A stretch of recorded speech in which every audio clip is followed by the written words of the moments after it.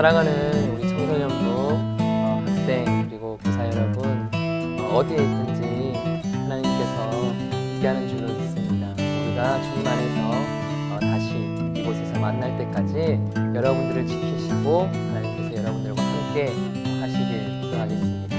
청소년부 주일 예배를 함께 드리겠습니다. 하나님은 영이시니 예배하는 자가 영과 진리로 예배할지니라. 아멘. 하나님, 이 시간 우리 함께 모여있는 예배하는 우리 모든 청소년부, 교사, 학생들 한 사람 한 사람 지켜주시고 어느 곳에서 있든지 주님께서 보호하여 주시옵소서. 이 예배를 주님 기쁘게 받아 주옵소서. 예수님의 이름으로 감사하며 기도드립니다. 아멘. 이제 다 함께 찬양하겠습니다.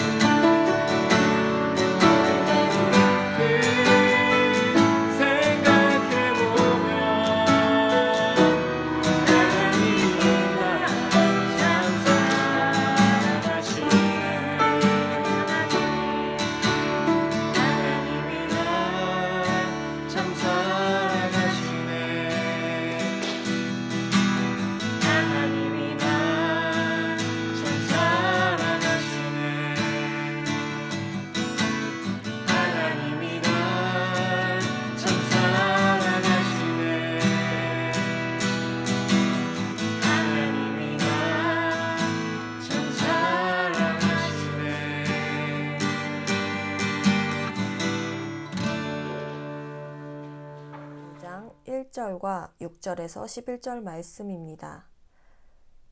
다 같이 읽겠습니다. 그러므로 우리가 믿음으로 의롭다는 인정을 받아 우리 주 예수 그리스도를 통해 하나님과 화목하게 되었습니다. 우리가 아직 무력한 상태에 있을 때에 그리스도께서 우리 죄인들을 위해 죽으셨습니다. 혹시 선한 사람을 위해 죽겠다고 나서는 사람은 있을는지 몰라도 의로운 사람을 위해 죽는 사람은 거의 없습니다. 그러나 우리가 아직 죄인이었을 때에 그리스도께서 우리를 위해 죽으심으로 하나님께서 우리에 대한 사랑을 나타내셨습니다. 이제 우리가 그리스도의 피로 의롭다는 인정을 받았으니 틀림없이 그분을 통해 하나님의 무서운 형벌에서 구원을 받을 것입니다. 우리가 하나님과 원수되었을 때 그리스도의 죽으심으로 하나님과 화목하게 되었다면 화목을 이룬 우리가 그의 살으심으로 구원받게 될 것은 뻔한 일입니다. 그러나 이것이 전부가 아닙니다. 우리를 하나님과 화목하게 하신 우리 주 예수 그리스도를 통해 우리는 하나님 안에서 기쁨도 누리고 있는 것입니다. 아멘. 청소년부 친구들 안녕하세요. 이제 못 본 지 3주가 다 되어가네요. 3주가 되어가니까 엄청 보고 싶네요. 혹시 이 영상을 보고 설교를 들으려고 하는 친구들, 전도사님한테 셀카 사진과 이름과 기도 제목을 보내주시면 보고 싶은 얼굴도 보고 중보하면서 저도 만나기 전까지 남은 시간들을 보내도록 하겠습니다. 알겠죠? 알겠죠? 알겠죠? 매주 전도사님이 미션을 주고 있잖아요. 그리고 생각하게 할 질문들을 계속 던져보고 있어요. 근데 전도사님, 저는 죄책감도 별로 없고 죄 짓는 것도 별로 없는 것 같은데 굳이 죄의 뿌리를 왜 뽑아야 하죠? 그럴 수 있어요. 나는 죄를 별로 안 지어서 죄책감을 안 느낀다고 하는 사람들, 혹은 다른 사람이 죄라고 하더라도 나는 죄책감이 안 느껴지고 마음이 편안하게 살고 있다 라고 하는 친구들에게 질문 하나만 해볼게요. 그러면 여러분은 하나님의 사랑이 정말 내 삶에 넘칠 정도로, 느껴질 정도로 하나님을 경험하고 살고 계시나요? 왜 계속 몇 주 동안 죄의 뿌리를 뽑아야 한다, 하나님을 믿으면서 살아야 한다고 말하냐고 물어보신다면 답은 딱 하나예요. 오늘 말씀의 8절에 나와 있듯이 그리스도께서 우리를 위해 죽으심으로 하나님께서 우리에 대한 사랑을 나타내셨습니다. 바로 하나님의 사랑을 경험하기 위해서는 자신의 죄의 뿌리가 뭔지, 얼마나 깊은지 그것을 깨닫는 것부터 시작해야 된다는 거예요. 그래서 제가 계속 얘기하는 거죠. 죄의 뿌리가 나라고 했어요. 계속 그렇게 내 멋대로 살다 보면 내가 먼저 망가지든 주변 사람이 상처받든 두 가지는 반드시 일어나요. 순서와는 상관없이. 과연 그럼 행복할까요? 근데 내가 이 멋대로 살고 싶어 하는, 내가 내 삶의 주인이 되고 왕이 되어서 내 생각이, 내 마음이 시키는 대로 내 인생을 살아가는 것과 나를 사랑하시는 그분의 이끄심대로 내가 정말 좋아하고 기뻐하며 즐거워할 길을 아시고 이끄시는 분의 그 계획대로 걸음을 옮기면서 그분이 쉬게 하실 때는 쉬게 하시고 아플 때는 위로하시고 격려하시는 그분의 큰 사랑 안에서 살아가게 된다면, 그게 전도사님이 그냥 하는 얘기가 아니라 전도사님도 그렇게 살아왔고 그게 현실이고 진짜라면, 레알이라고 하죠.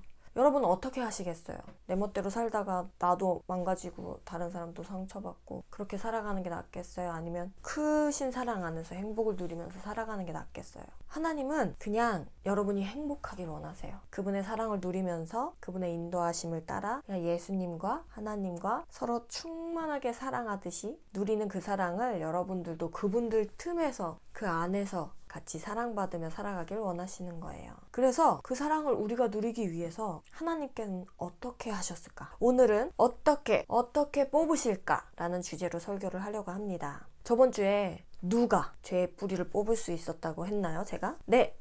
하나님께서 우리가 죄의 뿌리가 있음에도 불구하고 죄의 뿌리를 해결해 주실 하나님을 믿습니다 라고 고백하면 하나님이, 그래, 너는 죄의 뿌리가 있지만 너는 의로운 사람이야, 그거 뽑으려고 막 노력하지 마, 그건 내가 해결할게 라고 해주시는 거죠. 하나님께서 해결하신다고 해서 그래서 우리가 믿었잖아요. 그래서 하나님이 해결했어요. 이미 하셨어. 6절에서 8절에 나와 있습니다. 6절, 우리가 아직 무력한 상태에 있을 때 그리스도께서 우리 죄인들을 위해 죽으셨습니다. 혹시 선한 사람을 위해 죽겠다고 나서는 사람은 있을는지 몰라도 의로운 사람을 위해 죽는 사람은 거의 없습니다. 그러나 우리가 아직 죄인 되었을 때에 그리스도께서 우리를 위해 죽으심으로 하나님께서 우리에 대한 사랑을 나타내셨습니다. 무슨 말일까요?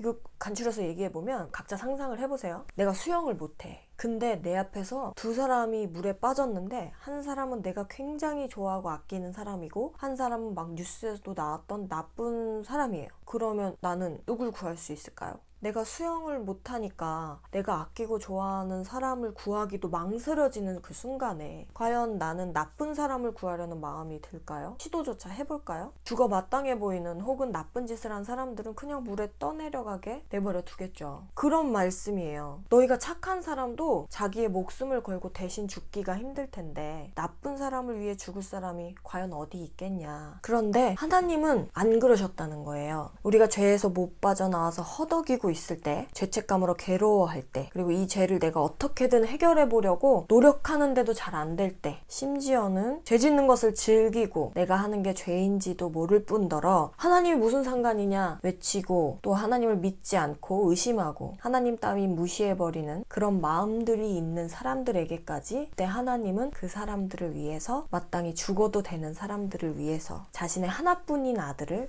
대신 내어주셨다는 거죠. 마땅히 죽어야 하는 우리들을 위해서 그 하나뿐인 아들의 목숨을 대신 희생시켰다는 거예요. 그것으로 우리는 뭘 알게 될까요? 사람으로 굳이 오지 않아도 되는 그 분이 하늘에서 누릴 거 다 누리고 살아도 되는 분이, 그리고 내 예쁘고 귀한 아들이 굳이 사람으로 가서 하나님을 무시하고 욕하고 믿는다고 하면서도 죄 지을 거 다 지으며 살아가는 그런 나쁜 죄인들의 죄를 대신해서 죽으셨죠.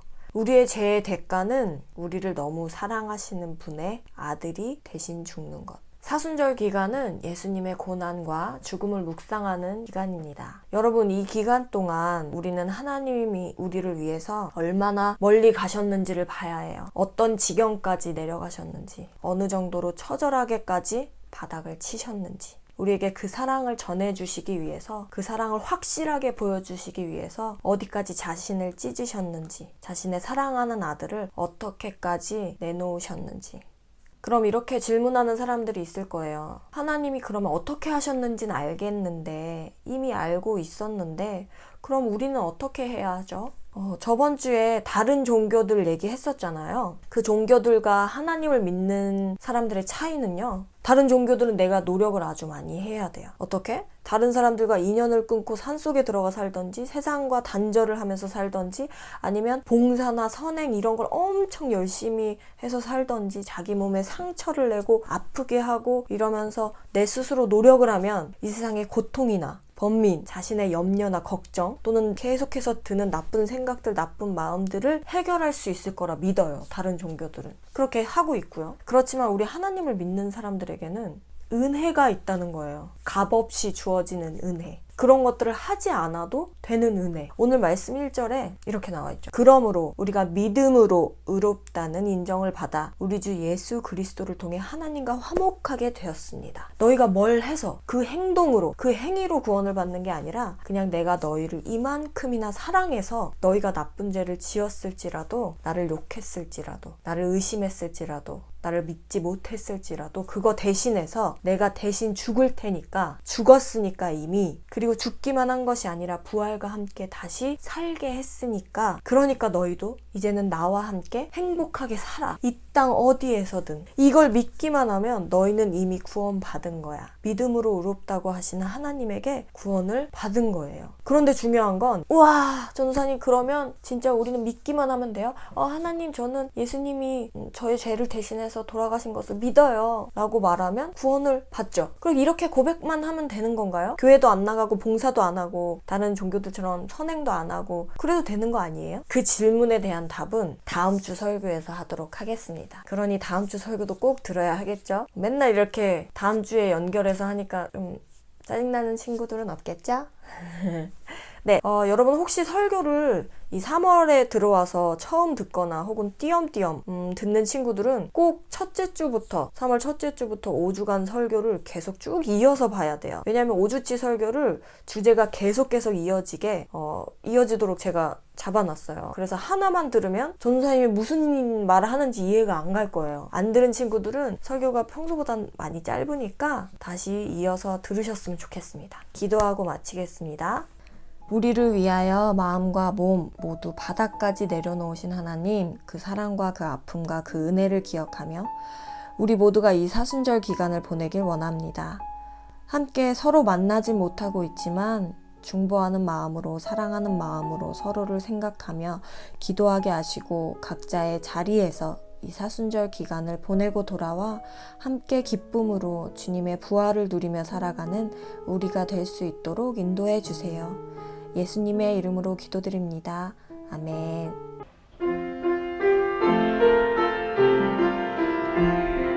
함께 말씀 응답송 찬양하겠습니다.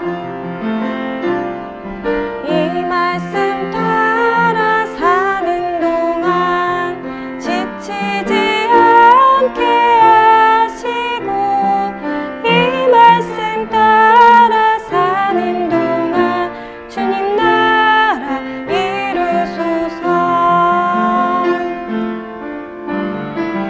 함께 봉헌 찬양 드리면서 봉헌하시겠습니다.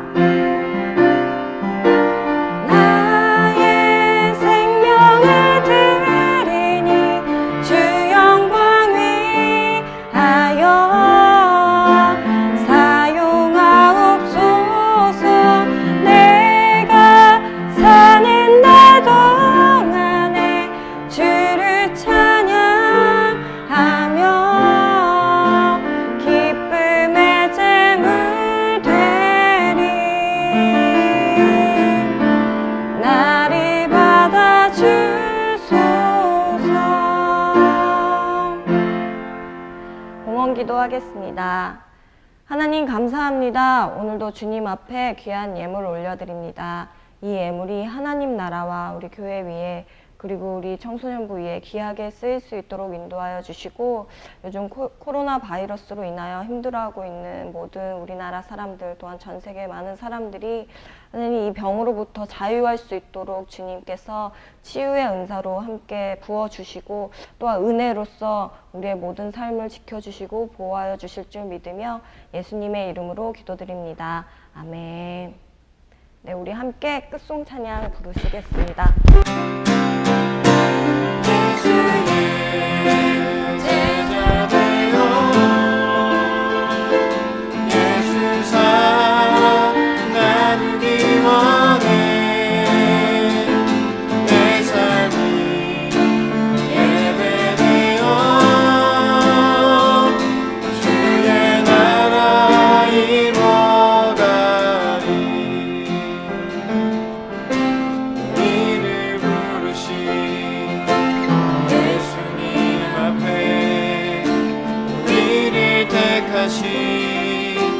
내 주님 앞에 정음의 금을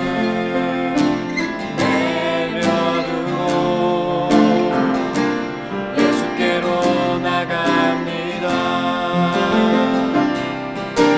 주로 부르신 예수님 앞에 소금이 되라신 내 주님 앞에 심의 그물을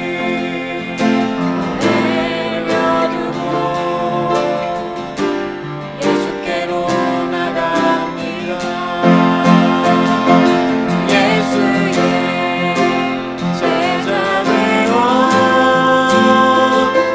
예수 사랑 나누기 원해. 내 삶이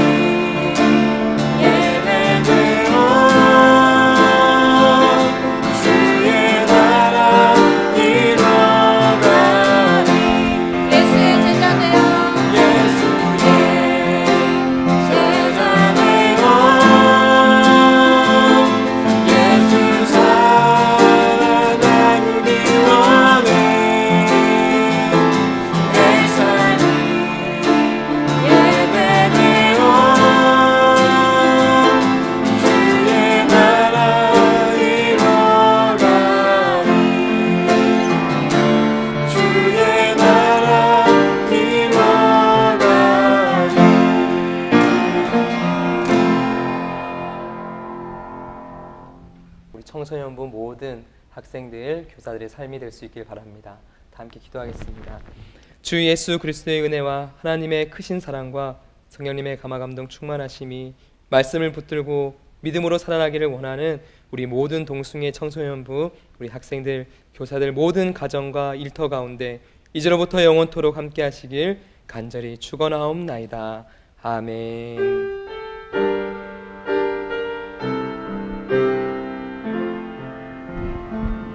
이상으로 모든 예배를 마치겠습니다.